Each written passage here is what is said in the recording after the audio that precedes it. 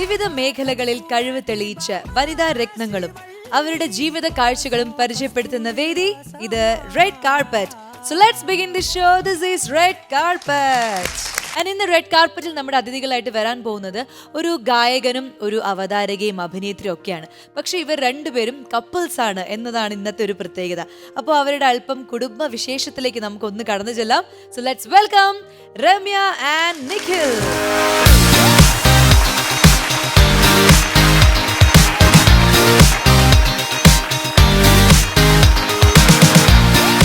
Red കാർപ്പറ്റിലേക്ക് സ്വാഗതം. Red കാർപ്പറ്റിലേക്ക് സ്വാഗതം.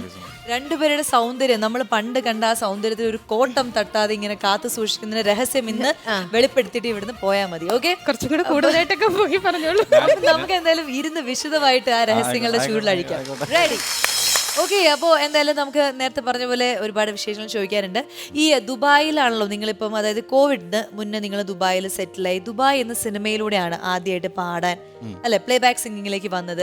അതിനുശേഷം ദുബായിൽ തന്നെ ഒരു ക്ലാസ് ഒക്കെ തുടങ്ങി, ഒരു ഇൻസ്റ്റിറ്റ്യൂട്ട്, ഡാൻസ്, പാട്ട്. അപ്പോൾ എങ്ങനെ പോകുന്നു അവിടുത്തെ ജീവിതം? ആ ഒരു കോൺഫിഡൻസ് എവിടുന്ന് വന്നു? അത് ആസ്വദിക്കുന്നതിന് മുമ്പ് കോവിഡ് വന്നു. അതെ അതെ ഒരു 8 to 9 months ഞങ്ങൾ ഫംഗ്ഷൻ ചെയ്യാൻ പറ്റുള്ളൂ. ശരി. അപ്പോഴേക്കും കോവിഡ് വന്നപ്പോൾ ഷട്ട് ഡൗൺ ചെയ്യേണ്ടി വന്നു. ഇപ്പൊ എന്താ വെച്ച് കഴിഞ്ഞാൽ അപ്പൊ ഉണ്ടായിരുന്ന പിള്ളേരിൽ വലിയൊരു വോളിയം ഓഫ് സ്റ്റുഡൻസ് ഇപ്പൊ ഓൺലൈൻ പഠിക്കുന്നു. അപ്പൊ നിങ്ങൾക്ക് ദുബായിൽ തന്നെ തുടങ്ങണം എന്നുള്ളത്, അതായത് ചിലവരുടെ മനസ്സിൽ പല ആഗ്രഹങ്ങളും ഉണ്ടാവുമല്ലോ.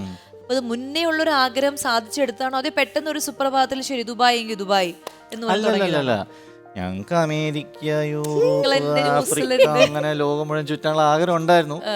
2 പ്രശ്നങ്ങളായിരുന്നു. ഒന്ന് പണം ഉണ്ടായിരുന്നില്ല, അതെല്ലാവരും തുടങ്ങാൻ. പിന്നെ ഒരു കോൺഫിഡൻസ്. അന്യരാജ്യത്തെന്ന് വെച്ച് കഴിഞ്ഞാൽ അറിയാത്തൊരു രാജ്യത്തിലൊക്കെ പോയി ഞാനും ഇവളും മോളും സെറ്റിലായി. ഒരു ചെറിയൊരു പേടി ഭയമൊക്കെ ഉണ്ടായിരുന്നു. നാട്ടിൽ തുടങ്ങാനായിരുന്നു ആദ്യം പ്ലാൻ. അപ്പോൾ അങ്ങനെ വന്നപ്പോൾ നാട്ടിൽ ഒരു ലോജിക്കലി ഇടുന്ന ഇൻവെസ്റ്റ്മെൻറ്റും റിട്ടേൺസും എനിക്ക് കൺവിൻസിങ് ആയിരുന്നില്ല. അപ്പോൾ ആണ് ദുബായ് എന്നുള്ളൊരു ഓപ്ഷൻ വന്നത്.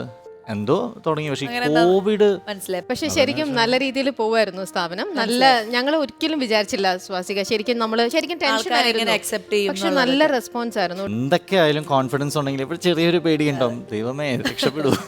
എന്തായാലും അടിപൊളിയായിട്ട് ഈ കോവിഡ് സിറ്റുവേഷൻ ഒക്കെ മാറിയിട്ട് നല്ല ഗംഭീരമായിട്ട് ആ ക്ലാസ് മുന്നോട്ട് പോകട്ടെ. ഈ ആങ്കറിംഗിന്റെ കാര്യത്തിൽ പറയുമ്പോൾ, അതായത് നമ്മളൊക്കെ പണ്ട് TV ഒക്കെ കണ്ടുകൊണ്ടിരുന്ന സമയത്ത് ഈ ആങ്കറിംഗ് എന്ന് പറഞ്ഞാൽ തന്നെ രമ്യ എന്ന് പറയുന്ന ഒരു ആങ്കറിന്റെ മുഖമാണ് നമ്മുടെ മനസ്സിൽ വരുന്നത്. ഞാനും പഠിച്ചത് കേരള തനിമയുള്ള ആ മുഖം, ചിരി, സാരിയെ കൊടുത്ത് നമ്മൾ മനസ്സിൽ വിചാരിക്കുന്ന ആങ്കർമാർ അങ്ങനെയാണ്. ഇപ്പൊ ഒരു പ്രോഗ്രാമില് ഒരു ആങ്കർ, ഒരു കൂറ ആങ്കറിന്റെ മുന്നിൽ വന്നിരിക്കുന്നു. അയ്യോ, അത്രയ്ക്കൊന്നും വേണ്ട. എങ്ങനെയുണ്ടായിരുന്നു? അതായത് ആങ്കറിന്റെ മുന്നിൽ വന്നിരിക്കുമ്പോ എന്താണ് തോന്നുന്നത്? പറയൂ. അല്ല, സ്വാസിക വളരെ നന്നായിട്ട് തന്നെ ആങ്കർ ചെയ്യുന്നുണ്ട്. ഇല്ല, അതൊരു സന്തോഷമാണ്. ഞാൻ ആ എക്സ്പീരിയൻസ് അല്ല, അതൊരു തീർച്ചയായിട്ടും. ഇപ്പം ഞാൻ ഇവിടെ നിന്നിട്ട് എന്റെ പൊസിഷൻ അവിടെ ആയിട്ടാണ് എപ്പോഴും ഇരിക്കുക. അപ്പോൾ ഇടയ്ക്കൊക്കെ ഇങ്ങനത്തെ ചാൻസസ് വന്ന് ഇങ്ങനെ ഇരിക്കുമ്പോൾ അതൊരു വളരെ സന്തോഷമുള്ളൊരു കാര്യമാണ്. ഒരിക്കലും ഞാൻ ആങ്കറിങ്ങിലേക്ക് വന്നത് എനിക്ക് ഒരുപാട് ആഗ്രഹിച്ചിട്ടോ എനിക്ക് അങ്ങനെ ഒരു ഇത് ഒട്ടും ആഗ്രഹിച്ചിട്ട് വന്ന ആളല്ല. പല പല സാഹചര്യങ്ങൾ വന്ന് ഇങ്ങനെ നിർബന്ധിച്ചിട്ട് ഞാൻ ഇഷ്ടമില്ലാണ്ട് വന്ന് ഇതാണ്. അങ്ങനെ പിന്നെ കുറെ പ്രോഗ്രാംസ് ചെയ്തു. അതെ, നിർബന്ധിച്ച് വന്ന് ഒരുപാട് പേരുടെ ജോലി കുറച്ചൊക്കെ അല്ല, പിന്നെയാണ് ഇഷ്ടപ്പെട്ടു തുടങ്ങിയത്. ഈ വനിതാ രത്നം ആങ്കർ ചെയ്യുമ്പോൾ എങ്ങനെയുണ്ടായിരുന്നു എക്സ്പീരിയൻസ്? വളരെ മനോഹരമായിരുന്നു. രണ്ട് പുരുഷന്മാരെ ഉണ്ടായിരുന്നുള്ള ആ ഷോയില്. ഞാനും മുരളീമേനനും, ബാക്കി ചുറ്റും എല്ലാ സ്ത്രീകളും. എനിക്ക് ആ ഷോയിൽ കിട്ടിയ ഏറ്റവും വലിയൊരു എക്സ്പീരിയൻസ്, ഞാൻ സ്റ്റേജ് ഷോ ആങ്കർ എന്ന രീതിയിൽ ഞാൻ ഇൻഡസ്ട്രിയിൽ വന്നതല്ല. ഞാൻ ആക്സിഡന്റൽ ഒരു എന്താ പറയുക ആങ്കറാണ്. കാരണം ഞാൻ ബേസിക്കലി ഒരു സിംഗറാണ്. ഞാൻ പാടാൻ ഇഷ്ടപ്പെടുന്ന, പാട്ടിലൊരു ക്രിയേറ്റിവിറ്റിയും പ്രൊഫഷണൽ ലൈഫ് ഉണ്ടാക്കാൻ വന്ന ഒരാളാണ്. സ്ക്രിപ്റ്റഡ് ആയിട്ടുള്ള ഒരു ഷോ ഒക്കെ എനിക്ക് ചെയ്യാൻ പാടാം. എനിക്ക് അപ്പൊ നമുക്ക് നമ്മളപ്പോ വളരെ റിയലിസ്റ്റിക് ആയിട്ട് നമ്മൾ ബിഹേവ് ചെയ്യുന്ന. അപ്പൊ അതിൽ തമാശകളൊക്കെ ബ്ലെൻഡ് ചെയ്ത് വന്നപ്പോൾ എൻ്റെ ആ ഷോ ഹിറ്റായി. പക്ഷെ വനിതാ രത്നം കുറച്ചുകൂടിയും അച്ചടക്കമുള്ള ഒരു ഷോ ആയിരുന്നു. പിന്നെ കണ്ടസ്റ്റൻസിനെ റിലാക്സ് ചെയ്യിപ്പിക്കുക എന്നുള്ളൊരു ഉത്തരവാദിത്വം അതൊരു ഉണ്ട്. റിയാലിറ്റി ഷോ എലിമിനേഷൻ ഒക്കെ ഉള്ളത് എല്ലാ കണ്ടസ്റ്റൻസും മാരീഡും വിത്ത് ചിൽഡ്രൻ ആണ്. അപ്പോൾ ചിലത് അവിടെ കിടന്ന് കീന്ന് കിടന്ന് കീറുണ്ടാവും. അതിന് പാല് കൊടുക്കുക, ഭക്ഷണം കൊടുത്തിട്ട് കിടത്തിയിട്ട് ഹസ്ബൻഡ് കയ്യിൽ ഏൽപ്പിച്ചിട്ടാണ് ഇവിടെ വന്ന് ഡാൻസും ബഹളവും കോമഡിയൊക്കെ ചെയ്യണേ. അപ്പം നമ്മളൊക്കെ ആ സ്റ്റേജിൽ അവർക്ക് ആ ഫിയർ മാറ്റി കൊടുക്കാനും, പിന്നെ കൽപ്പനേച്ചിയും എന്താ പറയുക ശോഭനേച്ചിനെ കാണുമ്പോൾ തന്നെ ഇവരുടെ കയ്യും കാലും വിറയ്ക്കും. മുരളിയേട്ടൻ കുറച്ചുകൂടി കംഫർട്ട്, കാരണം ഇവരെ ഗ്രൂം ചെയ്യുന്ന മുരളിയേട്ടൻ. അപ്പൊ ഈ ഷോ തുടങ്ങുന്നതിന് മുമ്പ് മുരളിയേട്ടനും ഈ കണ്ടസ്റ്റൻസ് ആയിട്ടൊരു റാപ്പുണ്ട്. മറ്റു രണ്ടുപേരും ഇരിക്കുമ്പോൾ ഇവർക്ക് ടെൻഷനാണ്. അപ്പം നമ്മളത് ഈസാക്കി കൊടുക്കാന്നുള്ളൊരു ജോബ് ഉണ്ടല്ലോ. കൽപ്പന ചേച്ചിയും മുരളി ചേട്ടനും ശോഭന ചേച്ചിയും എന്ന് പറയുന്ന പ്രതിഭകളുടെ കൂടെ വർക്ക് ചെയ്യുമ്പോൾ അല്ലെങ്കിൽ അവരുടെ കൂടെ ഒരു സ്റ്റേജ് ഷെയർ ചെയ്യണതിൻ്റെ, സ്ക്രീൻ ഷെയർ ചെയ്യണതിൻ്റെ ഒരു അനുഭവം, ഒരു വേറെ തരത്തിലൊരു ആങ്കറിങ്ങും ഞാൻ എക്സ്പീരിയൻസ് ചെയ്തു. ഈ ആങ്കറിങ് ചെയ്യുന്ന സമയത്തുണ്ടല്ലോ, അതായത് ഒരുപാട് സിനിമകളിൽ നിന്ന് ഓഫറൊക്കെ വന്നു, എന്നിട്ട് അത് നിരസിച്ചു, അങ്ങനെയൊക്കെ കുറെ കിംവദന്തികളാണോ സത്യമാണോ എന്താണത്? സത്യമാണ്, ഒരുപാട് വന്നിരുന്നു. അവരൊക്കെ സൗന്ദര്യം കണ്ടിട്ട് അവർക്ക് വിളിച്ചതായിരിക്കും. ഈ കശ്മീരിൽ നശിപ്പിച്ചതാണോ എല്ലാം? അല്ല ഞാനോ അറിഞ്ഞിട്ടും കൂടിയില്ല. കശ്മലം വരുന്നതിന് മുമ്പ്. അല്ല, കല്യാണം കഴിഞ്ഞും ചോദിച്ചിട്ടുണ്ട്, കല്യാണത്തിന് മുന്നേ ചോദിച്ചിട്ടുണ്ട്. പക്ഷെ എനിക്കെന്തോ എന്തിനാ വെറുതെ പേര് കളയണേ. അല്ല, ആങ്കറിങ് ചെയ്യാൻ വന്ന് കുറെ പേരുടെ ജോലി കഴിഞ്ഞു, ഇനി അഭിനയിക്കാൻ വന്ന് ഞങ്ങളുടെയൊക്കെ ജോലി കളഞ്ഞ് അടങ്ങൂ അല്ലേ? ഇനി ഞാൻ പറയട്ടെ, അതായത് അന്ന് നിരസിച്ച ഒരു ഓഫർ, അതായത് ഇപ്പൊ വീണ്ടും അത് ഇമാജിൻ അത് വീണ്ടും വരികയാണെന്ന് വിചാരിക്കും. അന്ന് ചെയ്ത സിനിമയുടെ സെക്കൻഡ് പാർട്ട് ഇപ്പൊ വിളിച്ചാലും പോവില്ല. ഞാൻ അങ്ങനെ ഒന്നും സീരിയസ് ആയിട്ട് ചിന്തിച്ചിട്ടില്ല. പക്ഷെ എനിക്കറിയില്ല, എന്നാലും ഭയങ്കര അടിപൊളി ഒരു ക്യാരക്ടറാണ്. അതായത് ഒരുപാട് പെർഫോം ചെയ്യാൻ നല്ല ഒരു എല്ലാവർക്കും ഇഷ്ടം തോന്നുന്ന ഒരു ക്യാരക്ടറാണ് വന്ന് വിളിക്കുന്നത്. എന്നിട്ട് പറയാണ് നിങ്ങളുടെ ടൈം അനുസരിച്ചിട്ടൊക്കെ നമ്മൾ ചെയ്തു തരാം, ദുബായിന്നോ അല്ലെങ്കിൽ എവിടെ നിന്നാ ഏത് ഗുദാമിന്നാ വരുന്നെങ്കിൽ ടിക്കറ്റും എല്ലാം എടുത്തു തരാം, ഒരു 10 ദിവസത്തെ ഡേറ്റ് മതി എന്നൊക്കെ പറയാം. അത്രയും പാമ്പർ ചെയ്ത് ഭയങ്കര പ്ലീസിങ് ആയിട്ട് അവർ വിളിക്കുകയാണെങ്കിൽ പോവോ? ഡയറക്ടർ ആരാന്ന് പറയണം, ആക്ടർ ആരാന്ന് ഡയറക്ടർ ജോഷി സാർ, ആക്ടർ നമുക്ക് ടൊവിനോ. ഇല്ല, എനിക്ക് ശരിക്കും ചോദിക്കുകയാണെങ്കിൽ എനിക്കറിയില്ല. അല്ല, ഞാനിപ്പോ എനിക്ക് തോന്നുന്നു ഞാനൊരു ട്രൈ ചെയ്ത് നോക്കാന്നുണ്ട്. പക്ഷേ എഗെയിൻ എന്താണ് ക്യാരക്ടർ താങ്കൾ സമ്മതിക്കുമല്ലോ? അതാണ് എന്റെ ചോദ്യം. ഞാനൊരു ആർട്ടിസ്റ്റ് അല്ലേ? അതെ, ഞാൻ ഒരു കാരണവശാലും ഐ ഷുഡ് നോട്ട് അല്ല ഒരാളുടെ ക്രിയേറ്റിവിറ്റി ഒരു കാരണവശാലും ഞാൻ അത് ഇവളോട് ഞാൻ പറഞ്ഞിട്ടുണ്ട്. എന്ത് ക്രിയേറ്റിവിറ്റിയിൽ എന്ത് വേണമെങ്കിലും ചെയ്യാം, അപ്ഡേറ്റഡ് ആവണമെന്ന് മാത്രമേ എനിക്കുള്ളൂ. അതിപ്പോൾ അവളുടെ അവതരണത്തിൽ ഞാൻ പറയുന്ന അവതരണ ശൈലിയിലെ കുറിച്ച്, കാരണം ഇപ്പോഴത്തെ ട്രെൻഡ് അനുസരിച്ച് നമ്മളും കുറച്ച് മാറ്റങ്ങളൊക്കെ ട്രെൻഡ് കണ്ടില്ലേ, ഇങ്ങനെയൊക്കെയാണ് കണ്ടുപിടിക്കൂ. ഒരു മണിക്കൂർ സ്വാസിയുടെ ഒക്കെ എപ്പിസോഡുകൾ കാണൂ, റെഡ് കാർപ്പറ്റ് കണ്ടിട്ട് അങ്ങനെ. എന്നിട്ട് അപ്പൊ ഞാൻ ഒരു കാരണവശാലും ഞാനൊരു തടയിടില്ല. കെയർഫുൾ ആയിട്ട് ചെയ്യേണ്ട ഒരു ഗെയിമിലേക്ക് ഞാൻ നിങ്ങളെ കൂട്ടിക്കൊണ്ടു പോവാണ്. ഈ ഗെയിം നിങ്ങൾ കെയർഫുൾ ആയിട്ട് കളിച്ചില്ലെങ്കിൽ എന്താ ഉണ്ടാവാന്ന് വെച്ച് കഴിഞ്ഞാൽ, ഈ നിങ്ങള് ലേഡീസ് ഷോ അല്ലേ? ലേഡീസ് ഷോ അല്ലേ? ഗെയിംസ് ഒക്കെ പക്ഷെ നമ്മള് അതായത് സ്ത്രീക്ക് പിന്നിൽ ഒരു ശക്തിയായിട്ട് നമ്മൾ സങ്കല്പിക്കുന്നത് ഒരു പുരുഷനെയാണ്. അപ്പൊ ഈ കളിയിൽ നമ്മളൊരു പുരുഷന്റെ സഹായം ആ സ്ത്രീക്ക് ആവശ്യമാണ്. പക്ഷെ എന്നാൽ പോലും സ്ത്രീയുടെ ശക്തിയാണ് അല്ലെങ്കിൽ വിജയിക്കണം എന്നുള്ളത് കൊണ്ട് ഇൻഡിവിജ്വൽ ആയിട്ടാണ് സ്ത്രീ കളിക്കുന്നത്, പുരുഷൻ ഇൻഡിവിജ്വൽ ആയിട്ട് കളിക്കുന്നു. ഓഹോ, ഞങ്ങൾ തമ്മിൽ കോമ്പറ്റീഷൻ ആണ്. അപ്പൊ അതുകൊണ്ട് ആത്മാർത്ഥമായിട്ട് കളിച്ച് ജയിക്കണം. Be careful. Okay, ready? Okay, so red കാർപ്പറ്റിന്റെ അടിപൊളി ഗെയിം സെക്ഷനിലേക്ക് ഇവർ രണ്ടുപേരും ഇങ്ങനെ റെഡി ആയിട്ട് നിൽക്കുകയാണ്. നമ്മൾ ദം ഷാറ്റ്സ് എന്ന് പറഞ്ഞ സിമ്പിളാണ്, നമ്മൾ കുഞ്ഞിലേ മുതൽ കളിക്കുന്ന ഒരു ഗെയിമാണ്. സിനിമാ പേരുകൾ അഭിനയിച്ച് കാണിക്കുക. അപ്പോൾ നിങ്ങളുടെ അഭിനയ പ്രകടനവും നിങ്ങളുടെ ബുദ്ധിയും ഒരു എല്ലാം കൂടി മിക്സ് ചെയ്തിട്ടുള്ള ഒരു ഗെയിമാണ്. ആദ്യം നമ്മൾ രമ്യ ഒരു ബോർഡ് എടുക്കുന്നു, ചേട്ടൻ അത് അഭിനയിച്ചിട്ട് എന്താണെന്ന് രമ്യക്ക് മനസ്സിലാക്കി കൊടുക്കണം. നമുക്ക് നോക്കാം.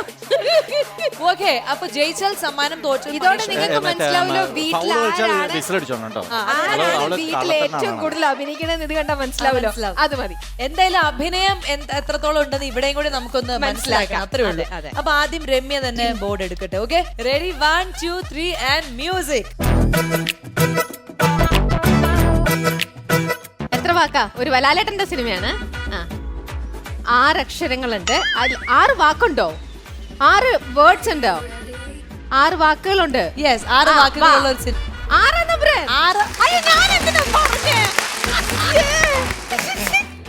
അടിപൊളി, 6 തമ്പുരാൻ. ഇനി അടുത്തത്. അതെ,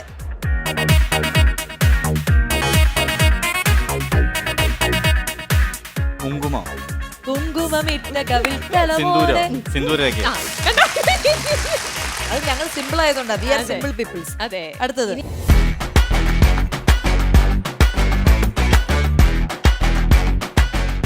തീവണ്ടി ട്രെയിനിലെ കഥയാണ്.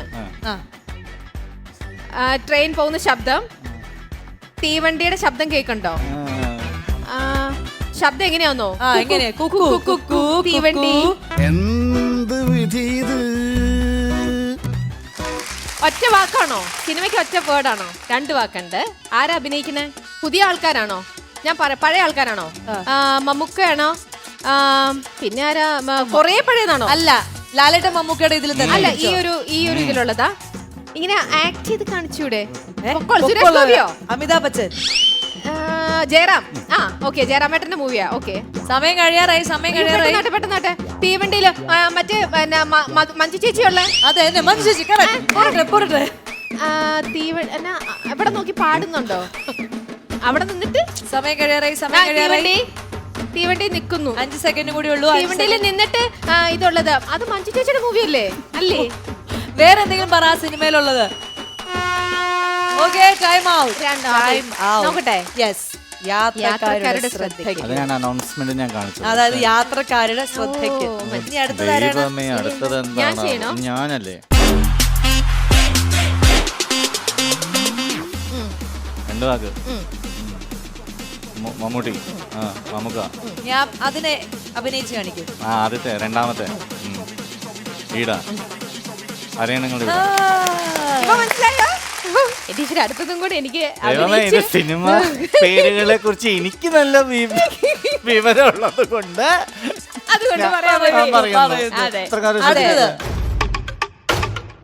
കുറച്ച് കരുണ കാണിക്കണം മോളെ കേട്ടോ. അല്ല, ഇത് പറയാൻ പറ്റും. ഒരു കോമിക് ആയിട്ട് ഇതിനെ പറഞ്ഞു കഴിഞ്ഞാൽ പറ്റും. എത്ര വാക്കാ? ഒറ്റ വാക്കേ ഉള്ളൂ. ലാലേട്ടന്റെ ആണ്. പഴയതാണോ പുതിയതാണോ? കറുപ്പോ? കറുപ്പിന്റെ വേറെ ഇത് പറയണോ? കള്ളുകൂടിയാ? വെള്ളോ? കറുത്തും തേന്മാവിൻ കുമ്പത്തോ? ലാലേട്ടന്റെ ഒരു എന്താ നിലം ഷൂ നക്കുന്നേ കലപ്പനി. അടിപൊളി. അങ്ങനെ പോരട്ടെ. ഷൂ നക്കുന്ന ആ സംഭവങ്ങളൊക്കെ പോരട്ടെ. ഇതൊക്കെ എനിക്ക് കിട്ടേണ്ട പോയിന്റാ. അങ്ങനല്ല. ടീച്ചർ അടുത്തത് ഏതാണോ? ഇനി ഒരെണ്ണം ലീഡ് ചെയ്തൊന്നും മാത്രമല്ല, ഇനി ഒരെണ്ണം കൂടി ഉണ്ട്. ഇത് ഞാൻ പറയണം. 2 സിനിമ. അതെങ്ങനെയാ? രണ്ടാമത്തെ കറുത്ത പൂത്തിരിയ കളറാ. ആദ്യത്തെ ആരുടെ പടം? മമ്മൂട്ടിയുടെ പടം. പിന്നെ ആരെയാ? സുരേഷ് ഗോപിയുടെ പടം. ആദ്യത്തെ വാക്ക് എന്ത്? അതാണ് സിന്ദൂരരേഖയോ? നാണോ? പ്രേമോ? പ്രണയവർണ്ണങ്ങളോ? എനിക്ക് സിനിമയുടെ പേരുകളൊക്കെ അറിയാം. ഈ ഭൂതനയ്ക്ക് അതൊന്നും അറിയാൻ പാടില്ല. എനിക്കിത് പറ്റില്ല. അതൊന്നും പറഞ്ഞാൽ പറ്റില്ല. കളിയിൽ തോറ്റാൽ എന്താ പവയ്ക്ക ജ്യൂസ് കൊടുക്കോ? എന്തെങ്കിലുമൊക്കെ ഇക്ഷ എണ്ണ ഇറ പഠിപ്പിക്കോ? എന്തായാലും ഈ റെഡ് കാർപ്പറ്റിന്റെ ഈ വേദിയിൽ ഈ ഗെയിം കളിച്ച് ജയിച്ചിരിക്കുന്നത് ഞാനാണ്. രമ്യ. തോറ്റിരിക്കുന്നത് റെഡ് എന്നല്ല, ബ്ലാക്ക് കാർപ്പറ്റ് വിളിക്കും. തോറ്റിരിക്കുന്നത് നിഖിൽ. ചെറിയ പോയിന്റ് വ്യത്യാസത്തിലായിരുന്നു. പോയിന്റ് വ്യത്യാസമൊന്നുമല്ല, കാണുന്നവർക്ക് എല്ലാവർക്കും അറിയാൻ ജയിച്ചത് ഞാനാണ്. അപ്പൊ അങ്ങനെ ഞാൻ ഒരു സമ്മാനം എടുത്തിട്ട് വരാം. അത് കഴിഞ്ഞ ശേഷം നമുക്ക് പണിഷ്മെന്റ് എന്താണെന്ന് പറയാം.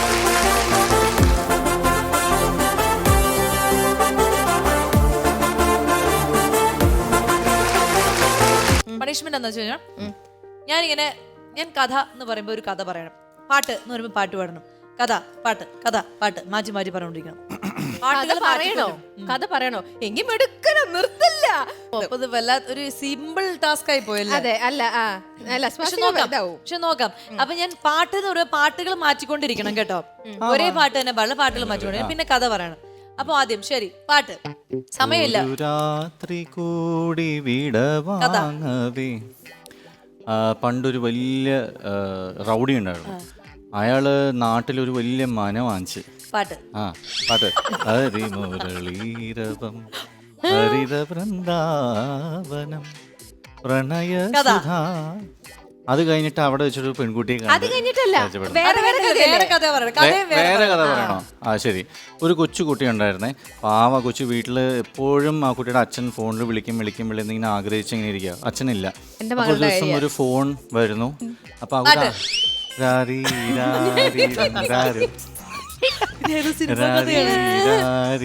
കഥ പറയാ. കഥ.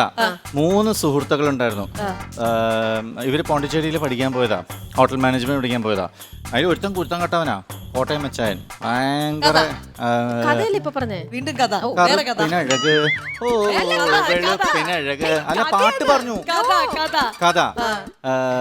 പണ്ട് ഒരു ചാത്തൻ ഇറങ്ങിയിരുന്നു. ചാത്തൻ ഒരു ചെറിയ കുടത്തിൽ നിന്ന് ചാത്തൻ വന്ന് ആ ചാത്തൻ ഇങ്ങനെ മറ്റേ പിള്ളേരെ ആകർഷിക്കുന്ന ഒരു 3D സിനിമ. മനസ്സിലായോ? അപ്പൊ അങ്ങനെ ഒരു പണ്ടൊരു സ്വാമി ഉണ്ടായിരുന്നു. ഈ ചാത്തനെ ആലിപ്പഴം പെറുക്കാൻ പാട്ടല്ലേ പറഞ്ഞേ? അല്ല, ഞാൻ പറയട്ടെ, ഒരു ശിക്ഷ കൊടുത്ത് ആ ശിക്ഷ എന്നാ പനിഷ്മെന്റ് കൊടുത്തപ്പോ അതിന് അടുത്ത പനിഷ്മെന്റ് കൊടുക്കണം. എല്ലാം തെറ്റിച്ചാ പറയണത്. ഇതെന്തത്? അതായത് കഥ അങ്ങനെ മിക്സ് ചെയ്യണ്ടല്ലേ. ഞാൻ വെച്ചു ഓർഡർ എന്റെ തലയിൽ ഇങ്ങനെ കിടക്കാം. കഥ കഴിഞ്ഞാൽ പാട്ട്, പാട്ട് കഴിഞ്ഞാൽ കഥ, കഥ കഴിഞ്ഞാൽ പാട്ട്. പാട്ട് പാടി തുണിയിലേതോ പൊന്മാലി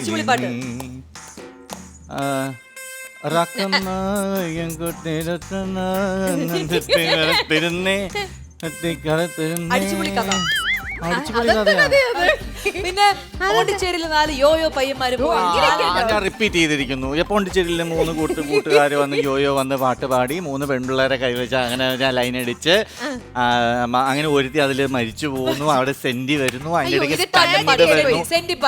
ഇടയ്ക്ക് മധുരം ജീവാമൃത ബിന്ദു ഹൃദയം പാടും ലയ സിന്ധു. പക്ഷെ സംഭവം ഉഷാറായിരുന്നു. നല്ല രസമായിട്ട് നിങ്ങൾ രണ്ടുപേരും ഗെയിമൊക്കെ കളിച്ച് സംഭവങ്ങളൊക്കെ അടിച്ചു പൊളിച്ചു. അപ്പൊ ഇനി വീണ്ടും ഞാൻ ശരിക്കുമുള്ള ഒരു സമ്മാനം എടുക്കാൻ പോവാണ്. ഇതല്ലേ സമ്മാനം?